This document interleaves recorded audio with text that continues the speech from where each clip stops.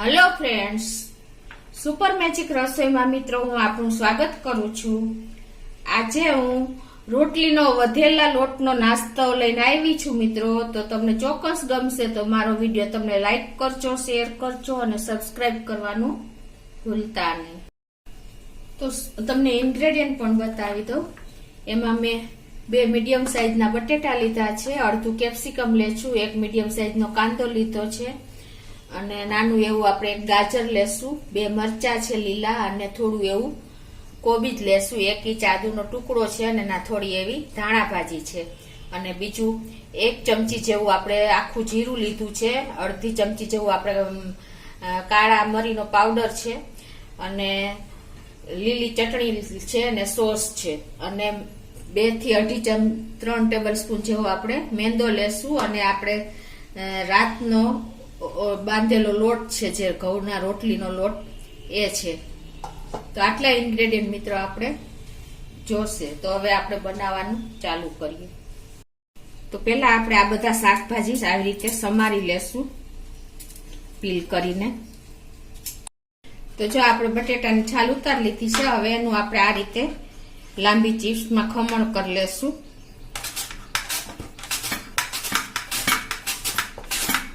આ રીતનું આપણે ખમણ કરવાનું છે.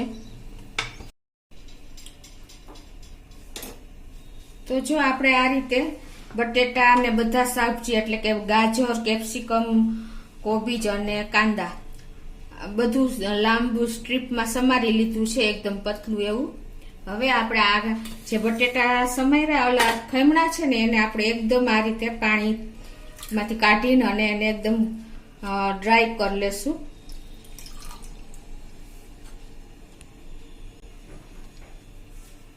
આને તમારે પાણીમાં જ ખમણવાના એટલે બટેટા કલર કાળો ન થઈ જાય. નાની નાની ટીપ્સ તમે ખાસ નોટ કરજો. આ રીતે આપણે એને બધું પાણી નિતારી લેવાનું છે. તો હવે જો આપણે આ બટેટાના ખમણમાંથી બધું પાણી નિતારી લીધું છે. એકદમ ડ્રાય કરી નાખવાના, કેમ કે આપણે આ પાણી હશે ને તો આપણે પ્રોબ્લેમ થશે આગળની પ્રોસિજરમાં. એટલે હવે આ એક બાઉલમાં આપણે આ બધું ખમણ બટેટાનું લઈ લેશું ને એમાં આપણે જે આ બધું સમાર્યા છે ને ગાજર, કેપ્સિકમ, કાંદા એ બધું આપણે આમાં મિક્સ કરી દેશું.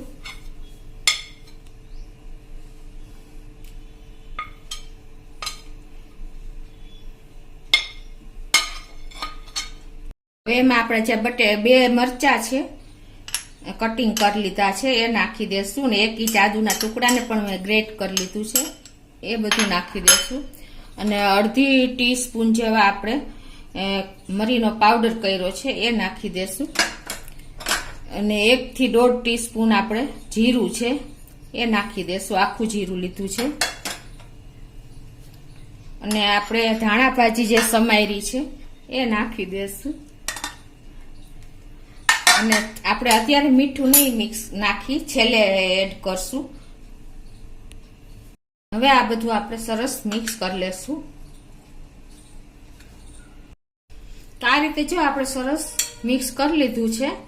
હવે આપણે આગળની પ્રોસિજર કરશું. એમાં શું કરવાનું છે કે આપણે જે આ રાતે બાંધેલો લોટ છે, વાસી લોટ રોટલીનો, એને જ આપણે લુવા કરીને 4 લુવા કરી લેશું.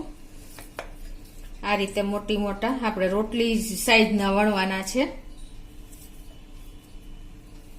મિત્રો જો આ લોટ તમારી પાસે કદાચ વાસી રોટલીનો લોટ ન હોય ને તો તમે લોટ બાંધીને પણ કરી શકો છો. આ રીતે આપણે એના લુવા કરી લેશું. તો આ રીતે આપણે 4 રોટલીના લુવા કરીને અને હવે આપણે એની રોટલી જેવી વણી લેશું.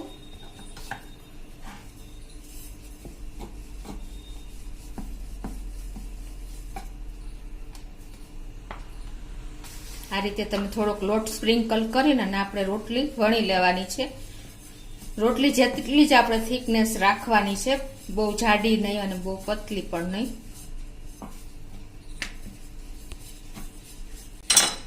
જોઈ શકો છો તમે આપણે જે રોટલીની થિકનેસ હોય એટલી જ મેં રાખી છે. આ રીતે આપણે 4 રોટલી તૈયાર કરી લેશું. તો જો આ રીતે આપણે 4 રોટલી વાળી લીધી છે. હવે આપણે જો શું કરવાનું છે કે આ એક રોટલી લઈ અને એની ઉપર આપણે આવી રીતે તમે ટમેટો સોસ કે શેજવાન સોસ કાંઈ પણ લગાવી શકો છો. અત્યારે હું ટમેટો સોસ લગાવી રહી છું. આ રીતે આપણે ફરતો રોટલીમાં સ્પ્રેડ કરી દેવાનો. મિત્રો આ નાસ્તો તમે એકદમ ઈઝી, આપણે લોટ તો વધતો જ હોય છે, તો તમે કાંઈ પણ કર્યા વગર ઈઝીલી તમે બધું ન્યુટ્રિશન મળી રહે એ રીતે તમે તૈયાર કરી શકો છો. અને હવે આપણે જો આમાં મીઠું નાખી દેશું, કેમ કે આપણે પેલા મીઠું નહોતું નાખ્યું, એમાં પાણી છૂટે એટલે હવે આપણે 1 ચમચી જેવું ટેસ્ટ એકોર્ડિંગ મીઠું નાખી દેશું અને આને આપણે સરસ મિક્સ કરી લેશું.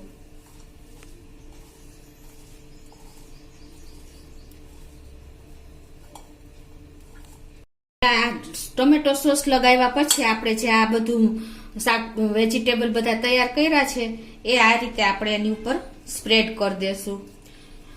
મિત્રો એક વખત તમે જો આ કરશો ને તો બાળકોને, આપણે શાકભાજી નથી ખાતા હોતા તો આ હોશે હોશે ખાશે, કેમ કે આ આપણે નથી સમોસા કે નથી કચોરી કે નથી પકોડી, એ બધાની ગરજ સારે ને એવો આપણો આ નાસ્તો તૈયાર થશે. હવે આ રીતે એની ઉપર પાછી આપણે બીજી રોટલી મૂકી દેવાની છે અને એમાં આપણે મેં લીલા મરચાની ચટણી કરેલી છે એ સ્પ્રેડ કરશું આ રીતે.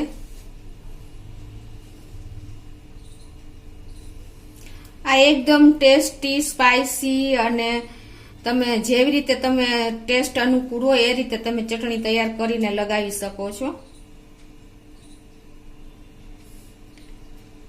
મિત્રો બહાર તમારે ખાવા જવાની જરૂર જ નહીં પડે, એવા ટેસ્ટી આપણો આ નાસ્તો તૈયાર થશે.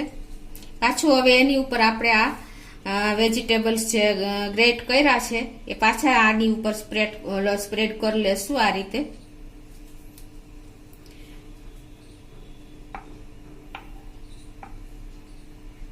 હવે એની ઉપર પાછી આપણે આ એક ત્રીજી રોટલી મૂકી દેશું.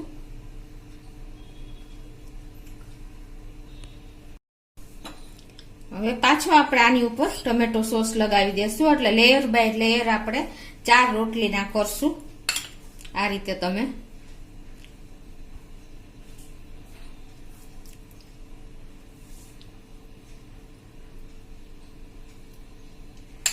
અને હવે પાછું આપણે એની ઉપર આ બધું વેજીટેબલ લગાવી દેશું. હવે પાછી આપણે જે લાસ્ટ રોટલી એટલે કે ચોથું આપણે રોટલી પાછી ઉપર મૂકી દેશું અને એને આ રીતે સરખું કવર કરી દેશું. અને ઉપર જે આપણે સાઈડમાં બોર્ડર છે એજીસ, એને પણ આ રીતે તમે આ ઉપરની રોટલીથી કવર કરી શકો છો.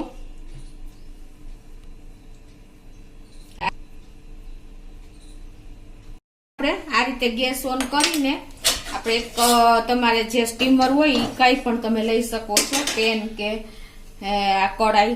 હવે એમાં આપણે થોડુંક એવું પાણી મૂકી દેશું અને એની ઉપર આપણે આ રીતે હોલવાળી ગ્રીલ જારી મૂકી દેશું. જો તમે સ્ટીમરમાં મૂકો તો એ રીતે તમે સેટ કરી શકો છો. અને હવે આ પાણી આપણું બોઇલ થાય એટલે આપણે એમાં રોટલી મૂકી દેશું. આવડિયા આજે આપણે કરી છે તૈયાર, આને સ્ટીમ કરવાની છે 4 મિનિટ સુધી. આ રીતે આપણે ઉપર મૂકી દેશું અને ઉપર આપણે એને કવર કરી દેશું અને આને 4 મિનિટ મીડિયમ ફ્લેમ ઉપર આપણે થવા દેશું. તો મિત્રો હવે આપણે જોઈ લઈએ 7 મિનિટ જેવું થયું છે. તમે જોઈ શકો છો કે આપણે તૈયાર થઈ ગયું છે. હવે આને આપણે 2 થી 3 મિનિટ ઠંડુ થવા દેશું. તો હવે જો આપણે 2 મિનિટ થઈ ગઈ અને ઠંડુ પણ થઈ ગયું છે, તો હવે આપણે એને બહાર લઈ લઈએ. આ રીતે તમે એને બહાર લઈ લેવાનું છે. તો હવે આપણે આને આ રીતે કટિંગ કરી લેશું પીસમાં.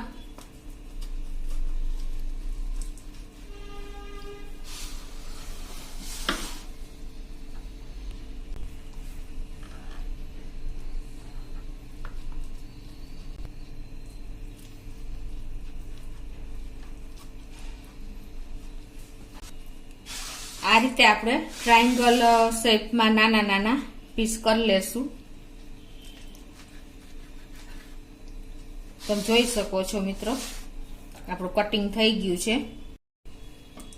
તો આ રીતે કટિંગ કર્યા પછી મિત્રો જો આ રીતે તમે પીસ લઈ શકો છો. તમને બતાવી દઉં. જો આ મિત્રો તમે 2 દિવસ સુધી ફ્રીજમાં પણ સ્ટોર કરી શકો છો અને તમે આમને પણ ખાઈ શકો છો. એટલો આપણો ટેસ્ટી નાસ્તો તૈયાર થાય છે. હવે આને આપણે ફ્રાય કરી લેશું, તળી લેશું. હવે આપણે ગેસ ઓન કરીને તેલ મૂકી દીધું છે. ગરમ થાય એટલે આપણે ચાલુ કરી દઈએ ફ્રાય તળવાનું. આપણે ફ્રાય કરવા માટે ડીપ કરવાનું આપણે બેટર તૈયાર કરી લેશું. એમાં મેં 2 ટેબલ સ્પૂન જેવો મેંદો લીધો છે અને એમાં આપણે ટેસ્ટ એકોર્ડિંગ 1 ટીસ્પૂન થી ઓછું એવું મીઠું નાખી દેશું અને એને આપણે તૈયાર કરી લેશું. થોડું થોડું પાણી નાખતા જઈશું અને એકદમ પાતળું એવું આપણે લેયર તૈયાર કરી લેશું. આપણે તૈયાર કરી લીધું છે. તો હવે આપણું તેલ પણ ગરમ થઈ ગયું છે અને હવે આપણે આને તળી લેશું. એના માટે આપણે જો આ જે પીસ કર્યા છે ને એને આપણે આ રીતે આમાં મેંદાના બેટરમાં ડીપ કરીને આ રીતે આપણે તળતા જાશું.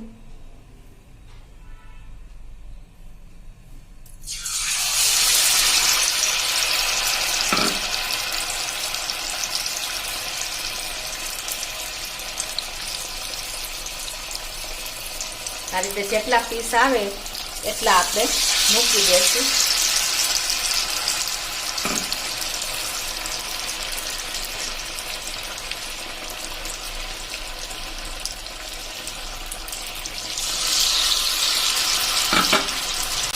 તો આ રીતે આપણે ફૂલ ગેસ રાખીને તળી લેવાના છે.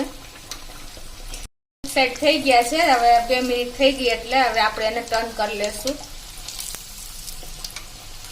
આને ગોલ્ડન બ્રાઉન જેવા આપણે તૈયાર કરશું. તો જુઓ મિત્રો, આ રીતે આપણે 2 મિનિટમાં તૈયાર ટર્ન કરશો ને એટલે 4 મિનિટમાં ઓલરેડી તૈયાર થઈ જાય છે તળાઈને. તો આ રીતે આપણે પ્લેટમાં લઈ લેશું તળી ગયેલા.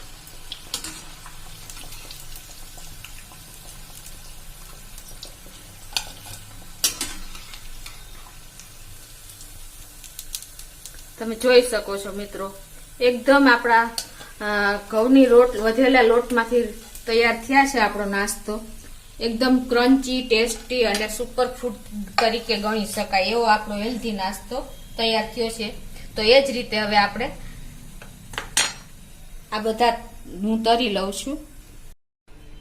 તો મિત્રો આપણે રોટલીના વધેલા લોટમાંથી જો એકદમ સુપર ટેસ્ટી અને હેલ્ધી આપણે નાસ્તો તૈયાર થયો છે.